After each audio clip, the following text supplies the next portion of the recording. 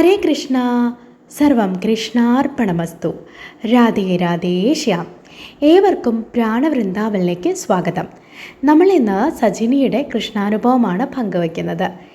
സജിനിയും അമ്മയും കൂടി കഴിഞ്ഞ ദിവസം ഗുരുവായൂരെത്തി ഭഗവാനെ കണ്ടു തൊഴാൻ. അതിനു മുന്നേ ഒരാഴ്ച മുന്നേ അവർ ഗുരുവായൂരെത്തി ഭഗവാനെ ദർശിച്ചതാണ്. പക്ഷേ ഭഗവാന്റെ അലങ്കാരമൊന്നും അവർ കണ്ടിട്ടുണ്ടായിരുന്നില്ല. അപ്പോൾ ഇപ്രാവശ്യം വരുമ്പോൾ ഭഗവാന്റെ അലങ്കാരം കൂടി കണ്ടു തൊഴണം എന്നുള്ള കുഞ്ഞാഗ്രഹം സജിനിക്കുണ്ടായിരുന്നു.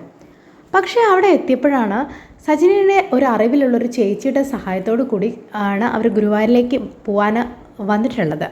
ചേച്ചിയുടെ ഹസ്ബൻഡ് അവിടെ ഗുരുവായൂരിൽ ദേവസ്വം ബോർഡിൽ ജോലിയാണ്. അപ്പോൾ അവരുടെ കെയർ ഓഫിൽ അവിടേക്ക് കയറാം എന്നുള്ള ഒരു സ്പെഷ്യൽ ക്യൂവിൽ കയറാം എന്നുള്ള ഒരു ഇതിലൂടെയാണ് അവരവിടേക്ക് എത്തുന്നത്. പക്ഷേ അവിടെ എത്തിയപ്പോൾ സജിനിയുടെ ഈ ഒരു കുഞ്ഞു ആഗ്രഹം ഉണ്ടല്ലോ, അലങ്കാരം കണ്ട് തൊഴണം എന്നുള്ള.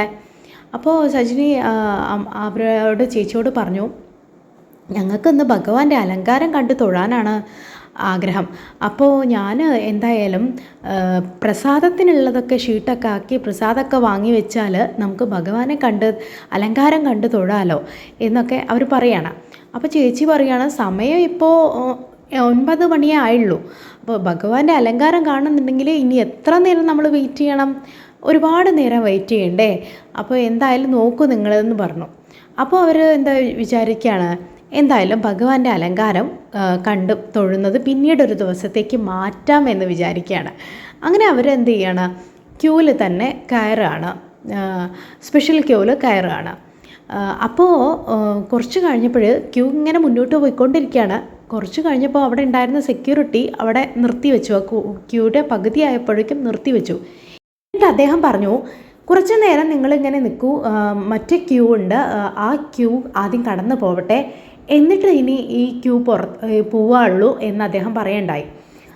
ആ കുറച്ച് നേരം എന്ന് പറഞ്ഞത് ഒരുപാട് മണിക്കൂറുകൾ നിൽക്കേണ്ടി വന്നു. സ്പെഷ്യൽ ക്യൂവിൽ കയറിയതാണ്, പക്ഷേ മണിക്കൂറോളം നിൽക്കേണ്ടി വരികയാണ്. അപ്പോഴേക്ക് ഏകദേശം അലങ്കാരത്തിനായിട്ട് വീണ്ടും നട അടയ്ക്കുകയൊക്കെ ചെയ്തു. അപ്പോൾ വീണ്ടും കൂടെ ഉണ്ടായിരുന്ന കുട്ടികളൊക്കെ ക്ഷീണിച്ച് വലഞ്ഞിരിക്കുകയാണ്. അവരുടെയൊക്കെ ക്ഷമയൊക്കെ പരിധി വിടുകയാണ്. കുട്ടികളൊക്കെ അയ്യോ അമ്മേ പെട്ടെന്ന് കാണാമായിരുന്നു എന്നൊക്കെ ഉള്ള കുഞ്ഞുങ്ങളുടെ വാശികളൊക്കെ ഉണ്ടായിരുന്നു. അങ്ങനെ ഒടുവിൽ അവർ ആ ക്യൂ നിൽക്കുന്നിടത്ത് തന്നെ തളർന്ന് ക്ഷേത്രത്തിൻ്റെ ഇപ്പുറത്തായിട്ട്, മതിൽക്കെട്ടിൻ്റെ ഇപ്പുറത്തായിട്ട് അവിടെ തന്നെ താഴെ ഇരിക്കുകയാണ്. അങ്ങനെ ഏറെ നേരം ഭഗവാനെ പ്രാർത്ഥിച്ചുകൊണ്ട് ഹരേ കൃഷ്ണ മന്ത്രം ജപിച്ചുകൊണ്ട് അങ്ങനെ ഭഗവാനെ കാണാനുള്ള ഒരു ഇതോടുകൂടി ആഗ്രഹത്തോടു കൂടി അങ്ങനെ അവിടെ ഇരിക്കുകയാണ്. അപ്പം മനസ്സിലിങ്ങനെ ചിന്തിക്കുകയാണ്, വീട്ടിൽ നിന്ന് ഇറങ്ങുമ്പോൾ അവർ വിചാരിച്ചിരുന്നത് ഭഗവാന്റെ അലങ്കാരം തവണ തൊഴണം എന്നാണ്. പക്ഷെ അവിടെ എത്തിയപ്പോഴാണ് നേരത്തെ എത്തി, ഇനിയും ഒരുപാട് നേരം വെയിറ്റ് ചെയ്യേണ്ടി വരുമെന്നൊക്കെ മനസ്സിലാക്കിയത്. അതുകൊണ്ട് തന്നെ ഇത്തവണ അലങ്കാരം കാണണ്ട, പിന്നീട് ഒരിക്കൽ കാണാമെന്ന് വിചാരിച്ച് മാറ്റി വെച്ച് പോവാൻ വിചാരിച്ചതായിരുന്നു സജിനിയും കുടുംബവും. പക്ഷെ ഭഗവാന് ഇതെല്ലാം അറിയാമല്ലോ. അപ്പോൾ ഭഗവാൻ എന്ത് ചെയ്തു, അങ്ങനെ പോവേണ്ട, അലങ്കാരം കാണാൻ വേണ്ടി വന്നതല്ലേ, അലങ്കാരം കണ്ടിട്ട് തന്നെ പോയാൽ മതി എന്ന് ഭഗവാൻ വിചാരിക്കുകയാണ്. അങ്ങനെ ഭഗവാന് വിചാരിച്ചൊരു കുസൃതിയാണ് അത്. അങ്ങനെ വെയിറ്റ് ചെയ്യിപ്പിച്ചു. ഒടുവിൽ അവർ അലങ്കാരം കണ്ടു. അന്ന് ദാമോദരനായിരുന്നു അലങ്കാരം. വളരെ മനോഹരമായിട്ടുള്ള ആ ഒരു രൂപം കണ്ടു. ഭഗവാനെ കണ്ടു തൊഴുതു. നിറഞ്ഞ മനസ്സോടു കൂടിയാണ് ഗുരുവായൂരിൽ നിന്ന് യാത്രയായത്. പ്രസാദമൊക്കെ വാങ്ങിക്കാൻ പറ്റി. പ്രസാദത്തിനൊന്നും പ്രസാദം വാങ്ങിക്കാനൊന്നും ബുദ്ധിമുട്ടുണ്ടായില്ല. സാധാരണ നമ്മൾ തൊഴുതു വരുമ്പോഴേക്കും ഒരു പക്ഷേ ചിലപ്പോൾ പ്രസാദം അവിടെ തീർന്നു പോയിട്ടുണ്ടാവും, അല്ലെങ്കിൽ ഷീട്ടാക്കാൻ ഒരുപാട് ക്യൂ നിന്നിട്ട് ഒരുപാട് ബുദ്ധിമുട്ടേണ്ടി വരും. പക്ഷെ അങ്ങനെയൊന്നും വന്നില്ല. ഭഗവാന്റെ കൃപ കൊണ്ട് എല്ലാം മംഗളമായിട്ട് സാധിച്ചു. എല്ലാ പ്രസാദവും ഒക്കെ വാങ്ങാൻ സാധിച്ചു. അത്രയും മനോഹരമായിട്ട് ആ ഒരു യാത്ര ഭഗവാന്റെ അടുത്ത് വന്നത് വളരെ മംഗളമായിട്ട് കഴിഞ്ഞു എന്നുള്ളതാണ്. അപ്പോൾ ഈ ഒരു കൃഷ്ണാനുഭവം പങ്കുവയ്ക്കുമ്പോൾ നമ്മുടെ മനസ്സിൽ ഭഗവാന് നമ്മൾ മനസ്സിലങ്ങ് പറഞ്ഞാൽ മതി, ഭഗവാൻ എല്ലാം അറിയാം.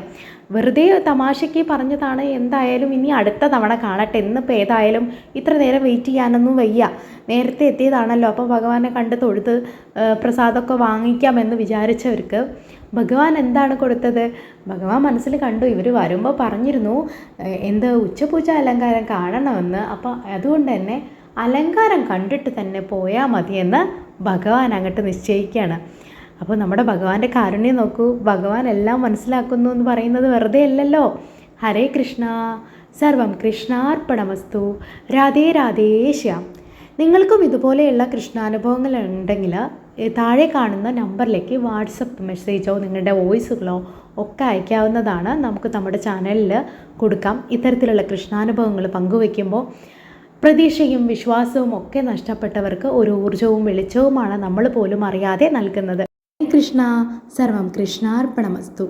രാധേ രാധേ ശ്യാം. Thank U.